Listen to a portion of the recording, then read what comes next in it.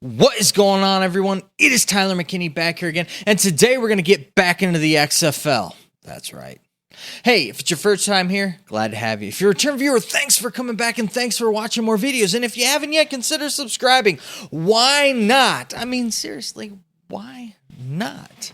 Now, you know I love you guys. You know that I love interacting with you guys. So leave me the comments down in the comment section and let me know what your thoughts are, what you're thinking, what's going on. Am I just absolutely losing my mind? Am I right on it? You need to let me know.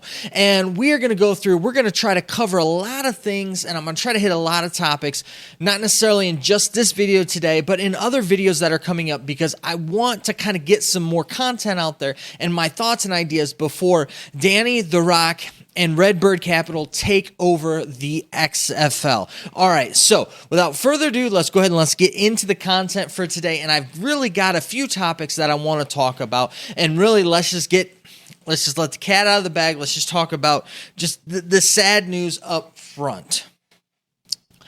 Doesn't look like Oliver Luck's going to be back.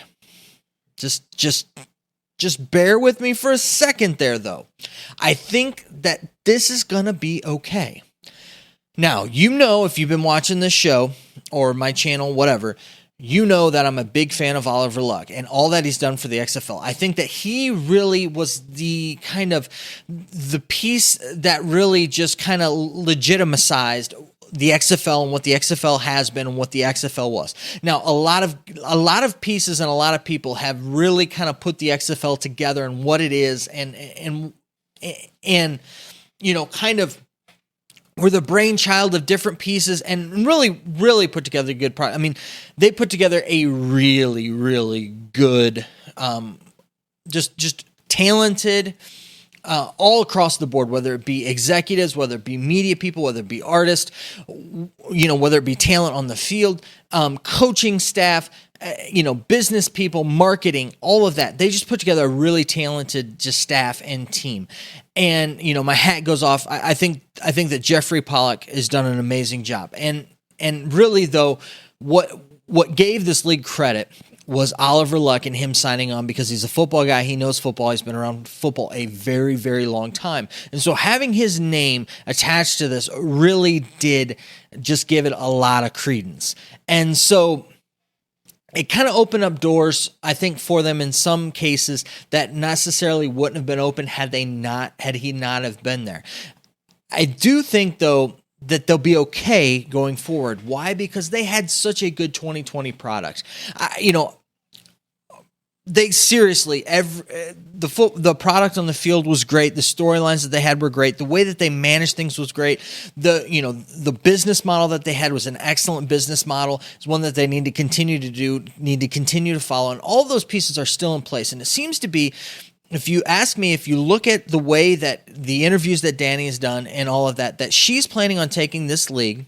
And really, the reason why I say she is because she's really been the one that's been out there giving interviews with details and stuff like that. I think The Rock's going to be huge, you know, a huge part of the XFL as well. But I think he's going to be more of a figurehead, talking piece, kind of the guy out there promoting the league, really putting the league out there, kind of the face of the league. And she's going to be doing a lot more behind the scenes things, working in kind of the capacity that Oliver Luck was doing and things of that nature. But they're going to try to bring a lot of the people back, it seems to me, the way that it is. If they can get a hold of players, they can, you know, people, personnel, coaches, you know, all of these things, all down the line, you know, whether it be artist, media, you know, marketing people, media people, you know, social media people, whatever it is with that. You know, I think that they're going to try to do that, and I think that that's a good thing. So the piece is already in place, and they don't necessarily need the reputation of Oliver Luck like they did in the past. Now, having Oliver Luck, would it be great? Yeah, it would be fantastic. I would be ecstatic, and I think it would be great. I don't think right now, I don't think they need him like they did before. I think that Danny can come in and really take the reins of that and really take it where it needs to be, where it needs to go. And, from that standpoint, and then The Rock can bring in that star power and open up the doors that, Oliver Luck was opening and things like that. So I think with the they can approach this with a two-head monster, and I think that they can get things done and do it. And I think that it'll end up well. But what's going to happen is that Oliver Luck is going to settle his court case with Vince McMahon. They're going to work that out between them two. They're going to fight it out and do that, and the XFL is going to kind of go off on its merry way. It seems like neither one of them wants the XFL to get caught up in this, and it seems to be more of like this is a business thing than it really is more of a really taking anybody, down here. And so neither one of them want to see their baby, because it really was. It was both of theirs, putting this together, McMahon and Luck. And so neither one of them wants to see the XFL hurt by this. So you're going to see this kind of take place outside of the realm with the XFL,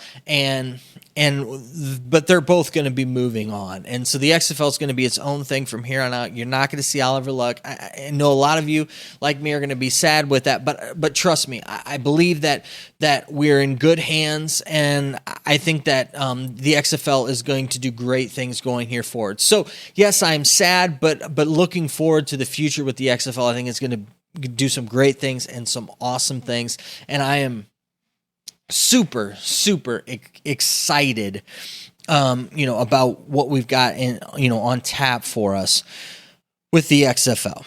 Now let's go ahead and I want to move on here to kind of another topic of mine that just keeps coming up, and a lot of it is whenever we start talking about these alternative football leagues or anything like that, one of the things that always comes up is the XFL should buy the AAF, or they should merge, and they should do this and that. That should not happen. It's a ridiculous statement, and it's a statement made by a lot of people, and a lot of people that don't have a clue what the XFL actually is and what the XFL is trying to do here. And so as I look at this, I feel like at every turn I've got to sit down and I've got to explain that. So I apologize to all of you who've been watching this channel for a while. You already know where I'm going to go. You already know what I'm going to talk about, but I feel like I need to continue to talk about it. Why? Because we're getting new people every day. A lot of people are getting interested in the XFL. A lot of people are coming, to the forefront, really getting excited about this league, seeing what this league can do, and that, so they're checking in. So as people are checking in, I want to keep people informed. The XFL is not like the AAF. Yes, they are both spring football leagues that were created, but here's the issue and the problem with it, and it all lies in what they really tried to do with the AAF. I was excited about the AAF when they came out. I thought it was going to be cool. I thought it was going to be great. And they had my attention, and if I'm not mistaken, I think like all the teams and stuff came out first, and then after that, they came out with the big statement that put a dagger right through my heart. They said, we're looking to be a minor league for the NFL. This is the big statement that they've made that will make the XFL keep themselves as far away from the AAF as possible. The XFL is just putting themselves out there, and they've always said, listen, we're not trying to compete with the NFL. We know that we're not the NFL, but we're going to be a good football league, and we are going to give a good football product. We're going to be our own football product. We're going to be football reimagined. We're going to take all the things of football and try some new stuff, try to fix the things that are broken in football, and really try to make it streamlined. And they really, for the most part, accomplished exactly what they said that they were going to do. Now, I can nitpick, and we have talked about those things in the past, but what they did was create an exciting football league that you could sit there and watch and say, yeah, this is good football, this is fun football to watch, and that. I'm not saying that the AAF wasn't necessarily fun to watch. There was some really, really hard games to watch with the AAF, and some really, really bad stuff. But they put themselves as, this is the bar, we can only go this high. They literally put a ceiling on themselves and said, we are never going to be better than the NFL because we want to be the NFL's little brother. The XFL hasn't said that. They're just saying, we want to put out the best product we can. We're going to build ourselves from there and see where we go. And what happened with the AAF is that was the thing that killed them.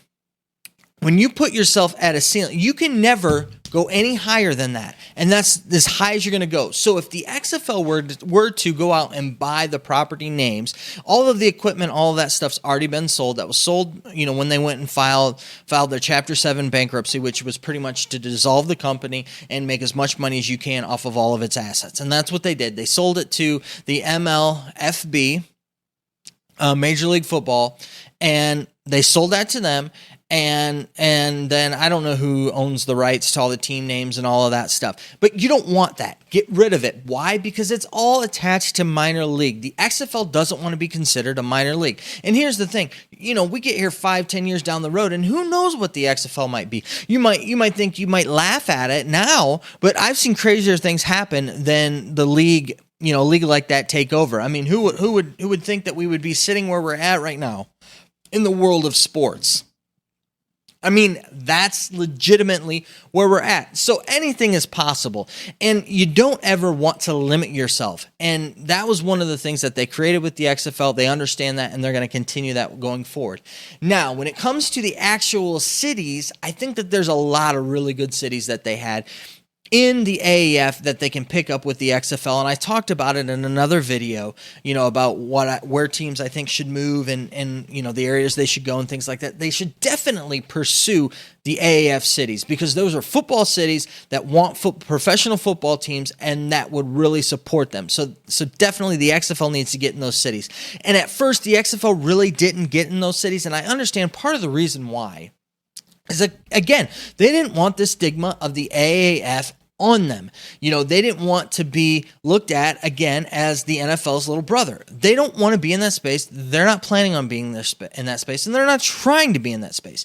What they're trying to do is live in a space, in a world, and saying, listen, we're going to put together a good product of football. If you want to have a good time and go see some great football with some amazing world-class athletes, come and watch an XFL game. And that's what they did. People loved it. People had a really good experience. And that's why they had such a following that they did. And that's why the XFL was bought and is still around today.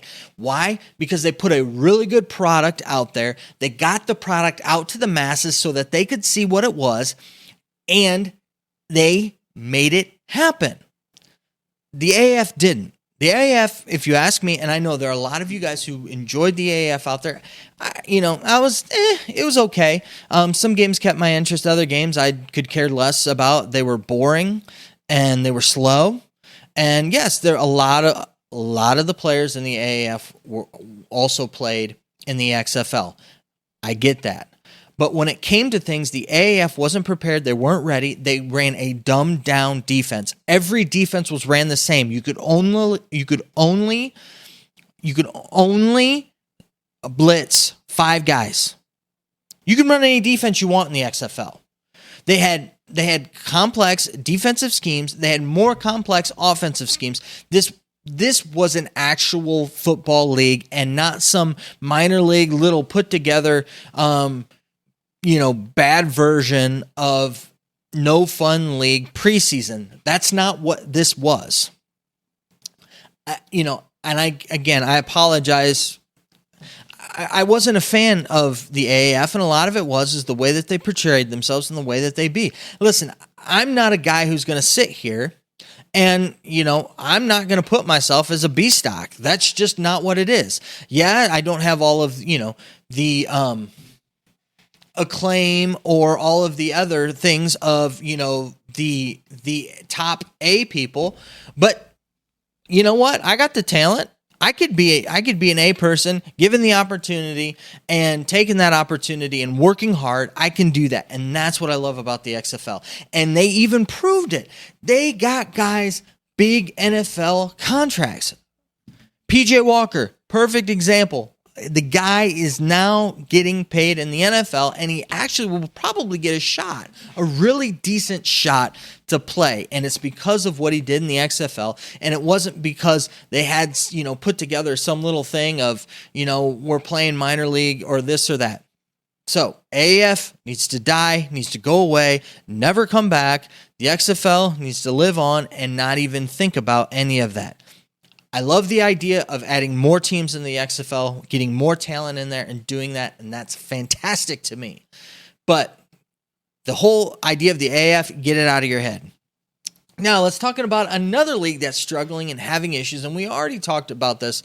If you watched my video about my reaction to the CFL and them not having a 2020 season, I feel like they lost an opportunity here. And the next thing is that it's really an opportunity that the XFL can really jump on and really pick some of the talent up that the CFL might be losing. Now, we have not heard anything really what's going to be happening with the players who have CFL contracts. You and I both know that if you sign a CFL contract, that the CFL contracts are exclusive, meaning it isn't like an AAF contract or even some of the NFL contract. I mean, the XFL contracts, meaning if you get a call up from the NFL, you can go play.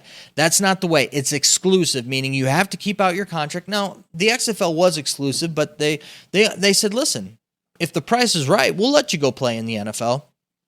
CFL's not that way. You sign a contract with us, you live out your contract. That's the way it is. And that's why a lot of times, especially guys who are kind of on the fence, never, in American football, never go and sign a CFL contract because they know they can't get out of it. And the CFL really won't sign 1-year deals.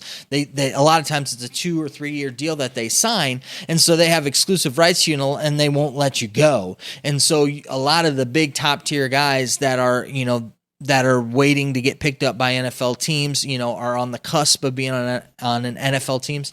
They just don't sign with the CFL. That's part of the big thing. So to see what happens with these players and to see if they're able to, make that jump, if they're going to get paid, that'll be interesting to see. I really feel like that there are some talented guys that the XFL could really tap into here, and I think that they could benefit from here, but whether or not they're going to be able to and whether or not the CFL are going to pay these guys is going to be another story, and it'll be interesting to follow as we go on down here. But then again, it just goes to show you, and when we get to things with this, them not having a 2020 season is just showing us that there's, again, another football league going down and just another space where football was that will not be there right now. That's where we're sitting at. As you're seeing things unfold, and I think that more dominoes are going to fall. I really don't think there's going to be any college football. I think they're going through the formalities right now. I think they're really trying to hold on to that with the college football, trying to have a college football season. I think they're gonna fold eventually here, probably, and then maybe not this week, but probably by the end of next week, we'll probably won't have anything when it comes to college football. And so I think the next thing that you're going to see is a 2021 season with the XFL, and I believe that that people are going to be excited, and I think it's going to be a real benefit there for the XFL. And this is just another piece that's just putting things in motion for the XFL to succeed for a 2021 season. It's looking good, and I'm super excited. But I just wanted to cover those things today. We're going to get to more and more content in here, so be watching the channel, be keeping up with the channel. I'm going to try to get more content out there before they take over the XFL and things start ramping back up, and we have to get back into actual news, and we can't really speculate a whole lot about all of these things, where we think things are going to go and things of that nature. So be paying attention to what's going to be coming out of the channel. I'm looking forward to these next upcoming videos, and hopefully you guys are. So let me know what you think down in the comment section, and we'll continue the conversation there. All right, guys, you stay safe out there and keep up the hope. Have a good night. Bye.